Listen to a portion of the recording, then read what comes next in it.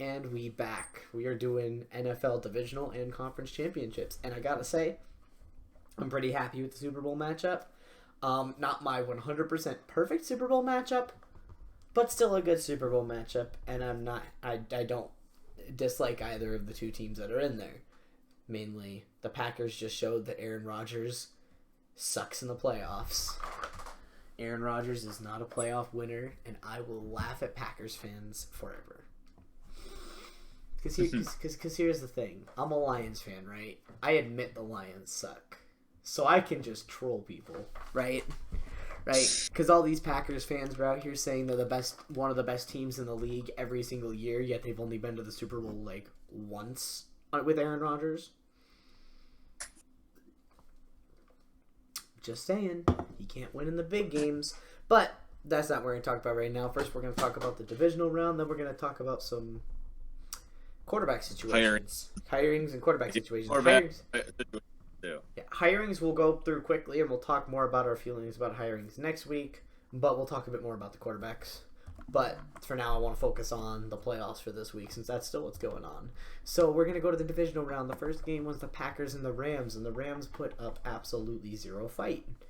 I expected them to I didn't expect them to win. Don't get me wrong. I did not expect them to beat the Packers. I expected them to put up a little bit better of a fight, and maybe not let the Packers score 32 points, but it is what it is. Didn't think the Rams would be able to go to Lambeau and 100% beat them. Thought there might be a chance, but a very slim one at that. And that is also crazy shocking to me that yesterday was the first time Aaron Rodgers has played the NFC Championship game at home in his career. That just seems weird. Like, I could have sworn he's played the NFC Championship at Lambeau before, but guess not. Well, couple things before I actually go into the game itself. You're wondering why there's a Michigan logo instead of actually my face. It's because we're having a little issues with two videos, so we're just going with a Michigan M because, well, I'm the Michigan man, so... Exactly. And also, this is not the NBA episode, it's the NFL episode. We still have, let's notice the logo. Continue talking. Talk about the game. But yeah, pretty pathetic performance by the LA Rams. Honestly, the Packers were not playing all that special. I expected a little more out of the Ram defense. I mean, obviously, I thought the Packers would win the game easily. I think I had the Packers winning 20-10. The video never came out, so I completely forgot what my predictions were. But I'm pretty sure I had 10 for at least the first game.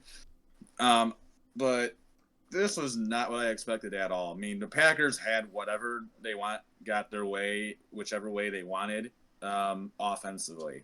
It was really bad by the Ram defense, and they had been so good during the year. So I expected more, and, well, they gave pretty much nothing, and their offense was actually okay. So I thought they would be at least decent, but evidently not the case. Mm-hmm.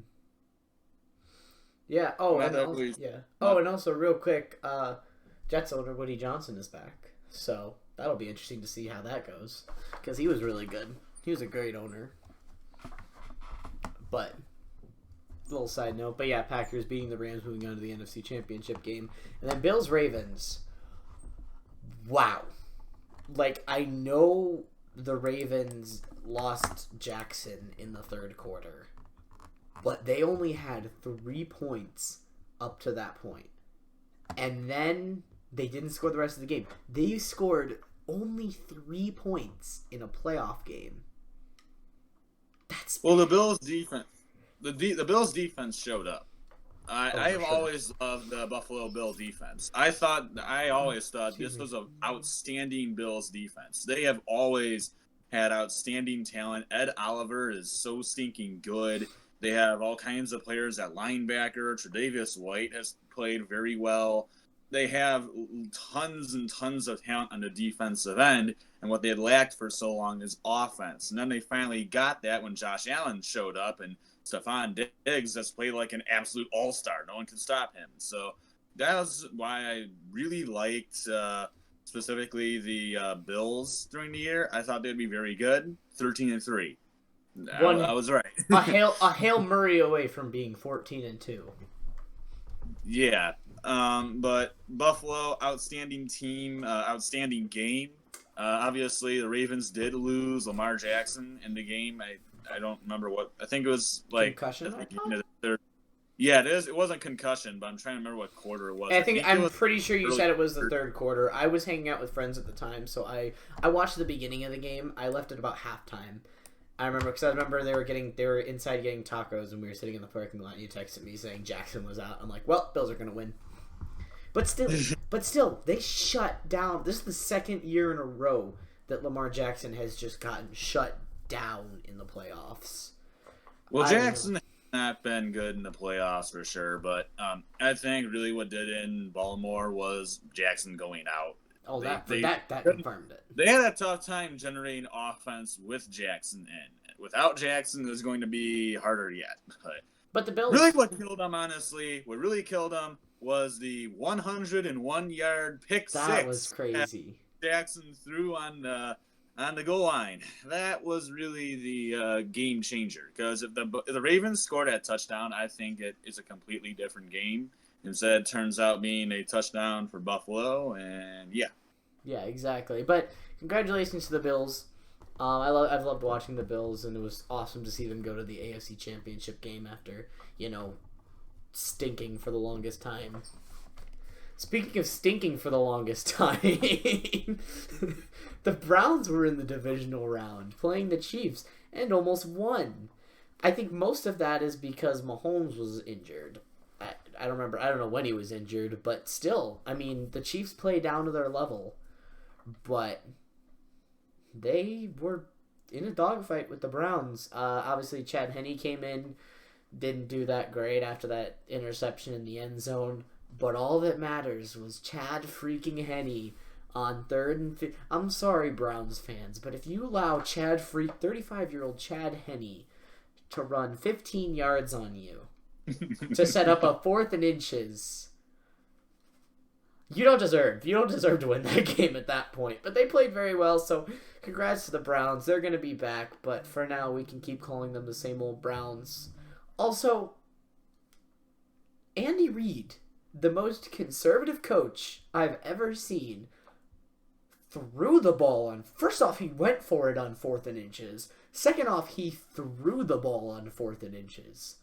It doesn't surprise me. Andy Reid can be very aggressive. Yeah, but he's so conservative from what I know. It came out, which is probably why he threw it on 4th and inches. Nobody was expecting him to throw it on 4th and inches with Chad freaking Henne. Well, this is the thing for the Kansas City. You have an outstanding quarterback in Pat Mahomes who can run, who can throw, and who can literally do just about anything for you. So he has that luxury of basically just surprising the entire defense by just letting his quarterback be the MVP he is. Well, that was Chad Henne who threw that. Either way. No, yeah, because this was the end of the game. This was the 4th and inches that sealed the game. After Chad Henne's 15-yard run, they got him to 4th and inches. Oh, well, in either case... No one expects it. So nobody expects Chad Henne to throw the football on 4th and inches. But hey, the Chiefs move on, and the Browns, congratulations. They look like they're going to be a good team moving forward. I don't know if they're championship team. OBJ is going to be the biggest part of that. OBJ is going to have to take a word... OBJ is going to have to take some notes from Jarvis Landry and learn to not be such a drama queen. OBJ is complaining. Healthy. I mean, yeah, OBJ is like, oh my gosh, you didn't get me 15 touches. I'm going to go have a fight with the field goal net. And then Jarvis Landry's like, I got thrown 2-3 times, but we won the game. That's what counts. So he's gonna have to learn how to be a little bit less Grow up. be a little bit less selfish and more of a team player. But good game for the Browns, and then good old GOAT Tom Brady came out in New Orleans and was playing great. Obviously 18 for 33, just about 200 yards and 2 touchdowns. Kamara was actually shut down. Kamara was shut down in the running game. 18 carries for only 85 yards. That's not good. But Fool me once, shame on you. Fool me twice, shame on you. Fool me 3 times, Nope. That's not happening. blow me out once, poop. Blow me out twice, dang it. Blow me out 3 times, nope. Third time's the charm for Tampa Bay.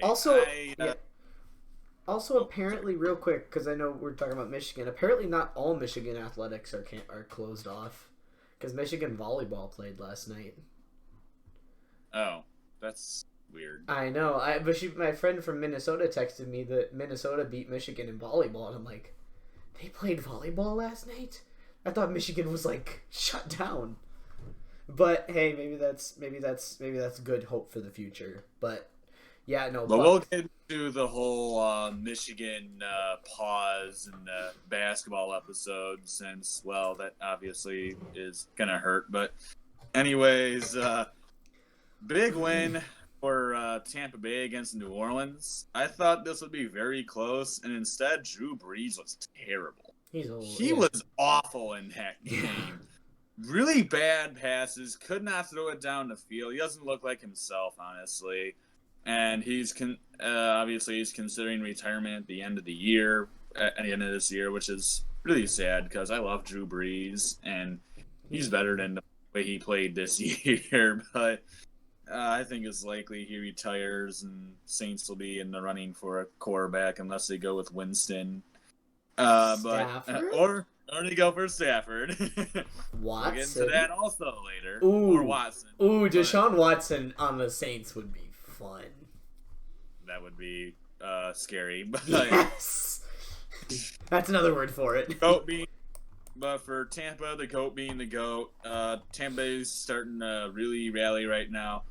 They had a slow start to the season. They didn't have the greatest start. They struggled with a couple teams. They were 3-2 to start the season, but they have really played very well together towards the end of the year, and they're playing their best football right now. Which it only matters how you play in the playoffs, to be quite honest. Mm-hmm. And Tampa is playing outstanding football right now. And I think right now, if I were to say who's the best team playing currently in the playoffs, I'd have to say Tampa. I don't think they're going to win, but they're definitely the team that's looked the best. But I still think the Chiefs are better. But it'll be a good game, though. I think it'll definitely be a good game. I'm very excited. Which, fun fact, at the beginning of the year, I think we had Bucks-Chiefs as our Super Bowl, so... Mid-season, you were right. Beginning of the season and mid-season, we said Bucks-Chiefs was going to be the Super Bowl matchup, and we were right. We were prophets.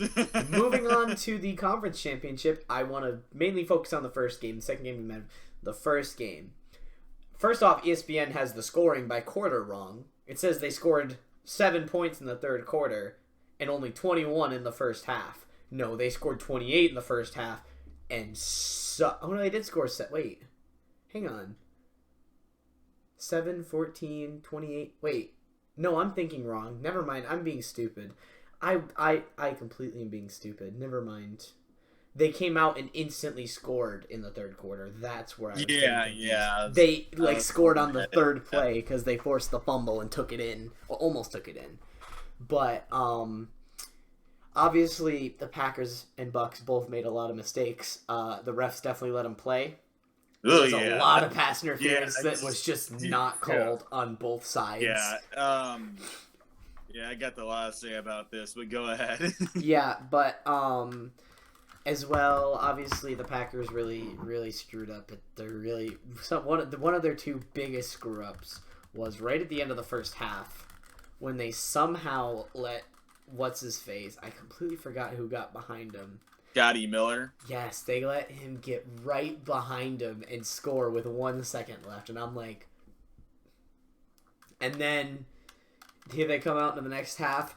Buccaneers force a fumble on like the third play of the Packers drive, and then score 2 plays later or something. And it's 28-10. They're in complete control. I'm like, is this going to be like another blowout? And then the Buccaneers went cold. Brady threw 3 interceptions. I still think a couple of those were on Mike Evans. But Packers claw their way back into it. But despite throwing 3 interceptions, the Buccaneers defense at the end of the game stood strong and stood tough to hold them in the game. And then the Packers, Matt LaFleur, decides to kick a field goal on 4th and goal when Aaron Rodgers is your quarterback and Tom Brady is the opposing quarterback. Like, literally, you are saying Aaron Rodgers is not going to be able to get this in on 4th down, and I trust that Tom Brady won't be able to get a first down. That's all. Tom Brady and Leonard Fournette just needed to get 1 singular first down, and they thought they took those odds better than Rodgers on 4th down. And it's not like it's the end of the world if Rodgers doesn't get it, because it's still only a 1-possession game. You didn't need to score. Either way, you're stuck in the same position. One way, you're just going to win if you stop them. The other way, you're going to tie if you stop them. So why not go for the tie right off the bat? Why kick the field goal in that instance? What was even... Like, I get the thinking that you didn't get any yards on the 1st, 2nd, or 3rd down, but your chances are pretty much the same whether you go for it on 4th down or you don't. Because a field goal isn't going to win you the game. You got to get a field goal and then a stop to win the game. Either way, you're not winning the game. At least this way, you're going for a tie and then have a chance to go for a tie again if you stop them. I don't know. I absolutely hate the decision. I mean, actually, I love the decision because I hate the Packers and it was funny to watch them lose. But as a football fan, I do not understand that decision at all. But Tom Brady now has the chance to have more Super Bowl rings than any single franchise. Playing in his 10th. That's ridiculous. Yeah, there are only two franchises that have 6 Super Bowls, and that is the Steelers and the Patriots. Guess who won all 6 for the Patriots? Tom Brady. And then Tom Brady is like, I'm gonna head out, go to Tampa, and we're going to the Super Bowl. And they're the first ever team to play the Super Bowl at home, which is crazy. But all y'all who say Tom Brady was a system player and a product of the Patriots, you are wrong. 100% wrong. Tom Brady just took the Buccaneers to the Super Bowl while the Patriots didn't even get to go to the playoffs. So suck on that. Tom Brady is the GOAT. There is no debate, no question about it. And I'm done talking about this game. I loved this game. It was fun. Mitch, share your thoughts on the officiating and everything else. Yeah, most of that time you were talking, I was trying to figure out my streams here as they both were lagging significantly. So Oof. I was busy switching stuff around. But I'm just going to start with the refereeing. What was going on with the refereeing in this game? I mean, honestly, seriously, I had to have seen at least like 10 PI calls that the guy has like a fistful of jersey or a fistful of the guy's shoulder pad, and they're still not calling anything. Like, what is going on with that? I get like letting them play a little bit. You have some physicality going to playoffs. I mean, you're gonna. My mom hates that word, but you're gonna let a little bit of some physical play go. I get it, but that's a lot of physical play. I mean, you're grabbing someone, you're pulling them over so you can grab a. So you can grab a pick or something like that. Not to point out anyone specifically, but Sean Bunting Murphy, I saw like 3 or 4 times have a handful of jersey or a handful of the guy's shoulder pad, and no one ever called it. Mm-hmm. And then at the very end of the game, they call a pass interference call. against the Packers. Well, hey, at least to be fair, you can at least say as bad as the officiating was, it was bad on both sides. I don't think one side really got an advantage or a disadvantage. I think it was pretty bad both ways, so at least it equaled out. Also, that last pass interference, yes, it was definitely a pass interference because he tugged the jersey, but at the same time, I loved that the Buccaneers player just, like, flopped. Like, he, like, dove. Like, he felt his jersey getting grabbed, and he saw the ball going that way, so he's like, whoop, and just, like, flew. It was like an egregious flop, but the jersey grab did officially make it a PI, but that was just funny. But yeah, the refereeing was absolutely atrocious. But like you said, it went both ways, so it was just bad, period. But Tampa, honestly, they should have bombed the Packers. The way that they were playing, they had a really good start to the game. When they got to the end of that first quarter, they really had their hands pretty good on the game. Then they got that touchdown to begin the third, and were easily on top of Green Bay, up 28-10 at that point. And then, like you said, they couldn't do anything. Their offense was dead. Their offense was really struggling, and the Packers they scored 2 touchdowns, and well, it looked like Tampa was really struggling. But honestly, great job by Tampa. They hung in there. They didn't fold the tent like most teams probably would at that point. They stayed in it. Then their defense, when Brady threw like 1 billion picks, their defense was unbelievable. They shut down Green Bay. I thought Rodgers was going to take him down.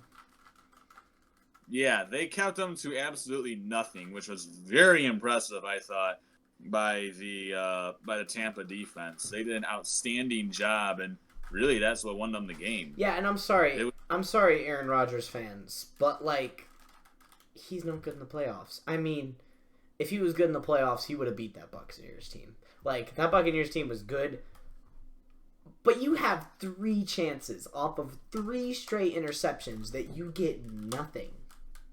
You don't even get a first down. They made him go 3 and out like twice. And just, you can't do that in a conference championship. You can't do that. Well, that's where that's where Green Bay always seems to stall. They play very well in the wild card, divisional, whatever game it is. Then they get to the conference championship game, and they don't look like the Green Bay Packers anymore. But as for the field goal kick on with like 2 minutes to go in the fourth quarter, I loved it because I hate the Green Bay Packers. But as an actual football fan, I cannot understand what the logic was in that game. Like, at that point, I think they're like, wow. I wonder if Mike McCarthy would have given him the football. Because the thing is, Aaron Rodgers didn't even have a choice. Like, he just took the ball out of his hands and said, I'm sorry, I'm taking the ball out of Aaron Rodgers' hands, I'm taking the ball out of this Hall of Famer's hand, and I'm kicking it. You don't have a choice, Aaron. I love how after the game they were asking Aaron Rodgers about it, and he just says, it wasn't my decision. I didn't get a chance. He said it wasn't my decision. Oh, but really, that decision just, it doesn't make a whole lot. I guess in some, like you said, in some perspectives, sort of it does. They think their defense can stop the GOAT and maybe like stop them and shut them down and hopefully get the ball back because they had 3 timeouts. But that's a very key decision. If I'm Green Bay, take my chances right there and then with my star quarterback Aaron Rodgers and let him try to tie the game and make it tough on Tampa Bay. Exactly. Especially since you're on, like, I get it if you're over at like the 30-something, 20-something yard line. You're a little farther away from the end zone. It might be a little more to get a first down. You're on like the 4 or 5 yard line, like a few yards away from a touchdown. And why would you kick a 26-yard field goal? And like I said, look at it logically. If you get stumped you have to stop him 3 times. But But at then least Green you have Bay the didn't chance. But take at least you have the chance to get 8 points and tie. You have to stump him either way. But with the field goal, now you don't have that chance to tie it, and you got to stump him. So you're just taking a chance to tie it away. Kick. They just kicked it away. Either way, it's going to be the same. Either way, it's going to be the same thing. And yeah, I love that they jumped off sides on purpose. Yeah, that was actually smart though. That was actually smart. Yeah, that was actually smart. After I think they were trying to make up for the bad field goal call. Anyway, the AFC Championship game will just kind of go by quickly. The Chiefs came back after a rough start. Bills looked really good right off the bat. Open up a 9-0 lead, and after the dunk by the Bills kicker, and then the Chiefs opened up a 21-point quarter in the second quarter. Absolutely slaughtered them. Bills kind of made it a little bit closer near the end, but Chiefs pulled away and won 38-24. So the Super Bowl will be 38. Not 38. The Super Bowl will be Chiefs Buccaneers. So, anything you want to say about the AFC Championship real quick? I didn't really pay attention to that one too much. Outside the fact that I fell asleep, I think, for the entire fourth quarter, because I'm pretty sure, I remember it being 31-15. I do not remember any of the other scores, so fourth quarter, I fell asleep. Anyway, I remember, I think I woke up at like 1 in the morning, I'm like, oh, oops. Oops, missed the game. Oh, yeah. Oh, it's over. Okay. Time to go to bed now. But congrats to the Bills, by the way, though. They had a great, outstanding season. Yeah, Bills will be very good next season, I think. They got some really good talent, and they got a lot of stuff to build off of, but great, outstanding game from Kansas City.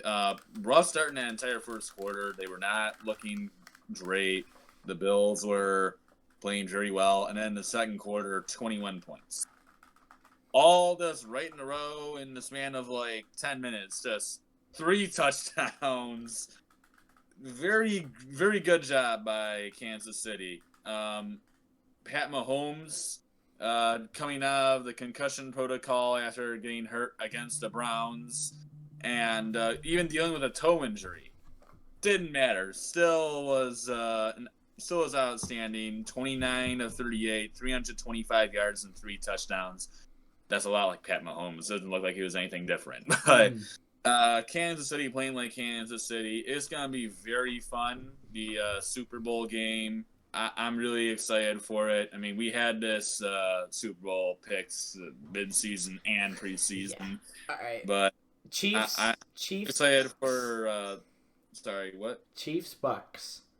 I think I'm going to go 34-30. Chiefs win. 34-30. I think it'll be a decently high-scoring game, but I think the Chiefs are going to prevail in the end and go back-to-back. I love the Bucks, but if they pull the same second half against the Chiefs that they do against the Packers, the Chiefs will make them pay. So I think the Bucks will have to play a really outstanding game to be able to win, and I think they have a chance to win, but I think my odds are more on the Chiefs. Well, for Kansas City, of course, their big left tackle Eric Fisher, he will be out for the Super Bowl with a torn Achilles, so he is not going to be playing in that game. That's a big loss for the Kansas City Chiefs. And that, for me, I have no idea. It's tough. It's tough. It's going to be a fun Super Bowl. Yeah, it's going to be very close. Honestly, I think Mahomes and Brady both will. I mean, obviously that's going to be the big matchup. Who plays better, the GOAT or Pat Mahomes? I mean, the GOAT's 43 now. Pat Mahomes looking to go back to back. He doesn't look 43. He doesn't look 43. 43. He looks like 25. But honestly, I mean, Pat Mahomes is Pat Mahomes. He's an outstanding player. Honestly, I'd give him probably the best player in the NFL right now for at least quarterback, but probably just in the NFL, period.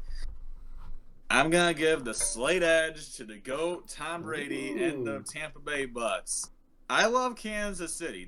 They are an outstanding team. But I said earlier, I think Tampa Bay is currently playing the best right now out of the teams that were left before, and now here they are in the Super Bowl.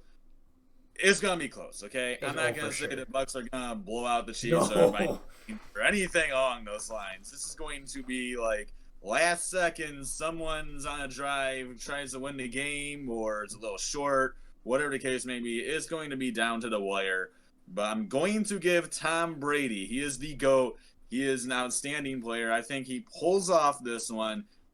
Very, very close game. I'm going 28-27. The Tampa Bay Bucks just pull it off against Kansas. And hey, trust me, as I picked the Chiefs to win, but I personally, I'm gonna be repping my Michigan man Tom Brady. I'm rooting for the Bucks.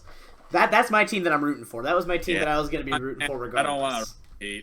I'm interested. I mean, I wouldn't mind if the Chiefs won. No. But I prefer Tom Brady. Yeah, it's not gonna be like, oh my gosh, the Chiefs won. I just don't like to see back-to-backs. But yeah, hey, if the Chiefs win, all the power to them. I don't really hate them. I like them. They're nice. They're cool. Patrick Mahomes is great. The only team that I cared about losing was the Packers.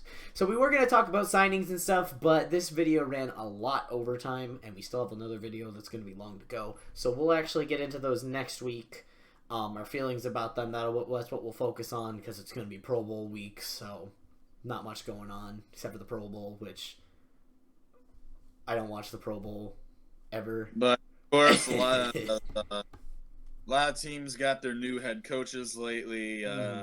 Jaguars, Jets, Falcons, Chargers, Lions, and Eagles. They all got their new head coaches. I think the only one without one now would be someone's missing a head coach. So Houston. Someone is Houston. So we'll talk about all that. We'll talk about Stafford and Watson next week. But for now, we're gonna see you guys later. Enjoy the 2 weeks off enjoy the week off before the Super Bowl. But February 7th, baby, it's gonna be fun. Mark your calendars. Peace out.